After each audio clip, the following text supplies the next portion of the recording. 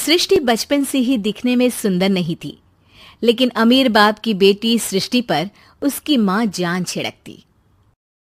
मेरी बेटी कितनी प्यारी है, भगवान सबको सृष्टि जैसी बेटी दे। सृष्टि धीरे धीरे बड़ी होती है। एक दिन सृष्टि की सहेली कहती है, तू दिखने में कितनी अजीब सी है, लेकिन मैं जानती हूँ हम सब में सबसे अच्छी शादी तो तेरी ही होगी। तेरे पापा अमीर जो हैं। और बता नहीं सकते यार, दहेज तो हर कोई देता है, ये क्या ज्यादा ले जाएगी अपने पति के लिए? अरे बड़े शहर में कोठी है इसके पापा की। अरे पापा की है ना, कौन सी इसकी है? इसकी होती तब तो कोई भी लड़का इससे शादी कर लेता। अरे पापा की मतलब पापा की है तो मेरी ही है ना? किसने कहा? अब तेरी तो तब होगी ना जब तेरा भाई ना हो। वैसे भी शादी के बाद सारी प्रॉपर्टी भाई के नाम होती है। सृष्टि समझ जाती है कि उसे किसी भी हालत में माँ बाप की सारी प्रॉपर्टी को अपने नाम करना है, लेकिन कैसे? एक दिन सृष्टि का भाई शीनू कहता है, बहन क्या कर रही है? तुझसे एक बात करनी है। अरे हाँ हाँ करना, मैं तो तेरी बहन हूँ। बहन मेरी लाइफ में ना एक लड़की है, बहुत अच्छी है। मैं सोच रहा हूँ माँ और पापा से बात करूँ शादी के लिए। सृष्टि को समझ में आ जाता है कि भाई की शादी होते ही भाभी उसे एक दिन भी घर में बर्दाश्त नहीं करेगी। क्या बात है भाई, बताना कौन है वो? यार वो बहुत अच्छी लड़की है, पढ़ी लिखी है, मेरे साथ जॉब भी करती है। बस एक प्रॉब्लम है। प्रॉब्लम? क्या प्रॉब्लम है भाई? यार वो शादीशुदा है, लेकिन उसके पति ने उसे सिर्फ इसलिए छोड़ दिया क्योंकि उसके माँ बाप दहेज नहीं दे पाए।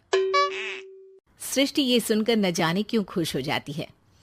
अरे भाई तो क्या हुआ, लड़की तुझे तो पसंद है ना?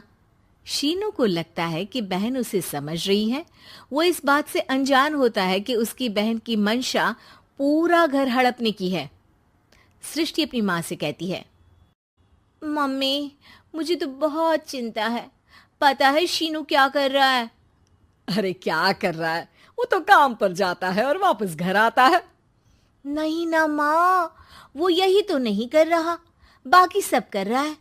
आपको पता है उससे प्यार है, और वो भी एक शादीशुदा लड़की से। ये क्या हो गया? मैं सोसाइटी में क्या मुंह दिखाऊंगी?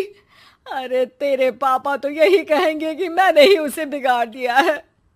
माँ देखो, मेरी बात मानो, पापा पर भी विश्वास करने की जरूरत नहीं है। अब आप ही बताओ, पापा इतनी देर घर के बाहर रहते हैं क्यों? बोलो। अरे बेटा वो तो नौकरी करते हैं ना। तू बहुत भोली है माँ। पापा का ऑफिस तो 7 बजे खत्म हो जाता है, लेकिन देखो कितनी देर से आते हैं। अरे नहीं नहीं बेटा, ऐसी कोई बात नहीं है।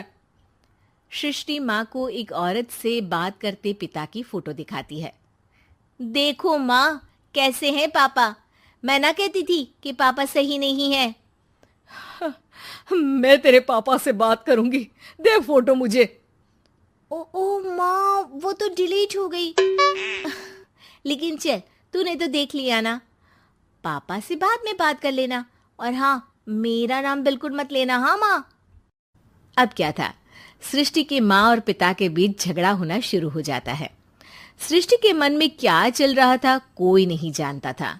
एक दिन, माँ सृष्टि के लिए एक लड़का देखा है, वो लोग शाम को उसे देखने आने वाले हैं। और हाँ माँ, एक खुशखबरी, मैं और पापा मिलकर एक नया बिजनेस ट्राई कर रहे हैं। शाम को लड़का आता है, सांवले रंग का। सृष्टि को तो बिल्कुल भी पसंद नहीं आता। लड़की की माँ कहती है, लड़की का चेहरा तो कोई खास नहीं, लेकिन अगर मेरे बेटे को आप लोग सेटल कर दें तो मैं उसकी शादी आपकी बेटी से करवा दूं। सृष्टि को लड़का बिल्कुल पसंद नहीं था। उसे भाई पर गुस्सा आ जाता है। लड़के वालों के जाने के बाद कहती है, माँ देखा, शीनू मेरे लिए कैसा लड़का लेकर आया। न दिखाने लायक न सुनने लायक, सेटल भी नहीं, वो भी हम करे। अरे माँ, मैं जानती हूँ ये मेरी शादी किसी भी घर में क्यों करवाना चाहता है। अरे कैसी बात कर रही है बहन, तूने तो देखा ना, लड़के को मैंने ही मना कर दिया तुझसे शादी के लिए। जिसने लड़का बताया था उसने उसकी बहुत तारीफ की थी। बात आई गई हो जाती है, लेकिन सृष्टि का मन शांत नहीं होता। क्या करूं, कुछ समझ में नहीं आ रहा।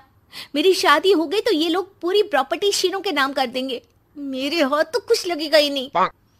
तभी सृष्टि को आइडिया आता है। वो किसी वकील को फोन करती है। जी देखिए, अगर आपके मम्मी पापा का तलाक हो जाता है तो आपके पिता की आधी प्रॉपर्टी आपकी माँ के नाम हो जाएगी, फिर उसे वो किसी को भी दे सकती है। सृष्टि अब माँ को बेटे के खिलाफ भरती है। माँ, शीनू पर नजर रखा करो, वो जिस लड़की के प्यार में है ना वो शादीशुदा है।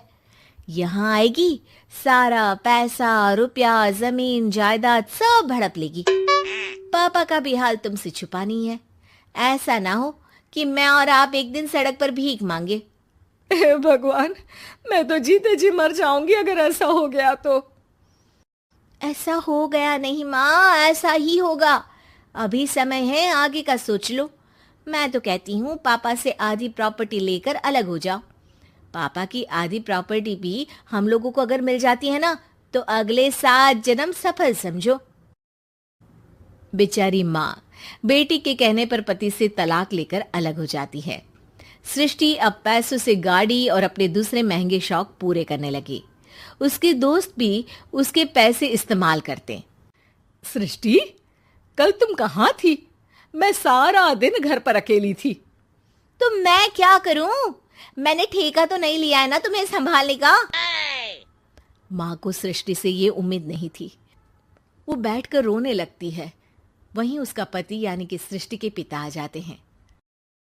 मैं जानता था कि तुम्हारा यही हाल होगा, तो आपने मुझे रोका क्यों नहीं? मैं रोकता तो तुम रुकती क्या? सृष्टि के कहने पर तुमने मुझ पर अपने बेटे पर शक किया, लेकिन तुम ये भूल गई कि कैसे हम दोनों ने मिलकर जीवन में इतना सब खड़ा किया। माँ पति के गले लग जाती है। मुझे माफ कर दीजिए, मैंने आपकी कमाई का एक बड़ा हिस्सा गवा दिया। कोई बात नहीं, तुम साथ हो तो मैं ऐसी 7 प्रॉपर्टी खड़ी कर दूंगा। तभी वहां सृष्टि आ जाती है रोते हुए। माँ, मयंक ने मुझे छोड़ दिया। वो बोल रहा था जब तक मेरे पास पैसे थे तब तक ही वो मेरे साथ था। पापा, माँ, मुझे माफ कर दीजिए।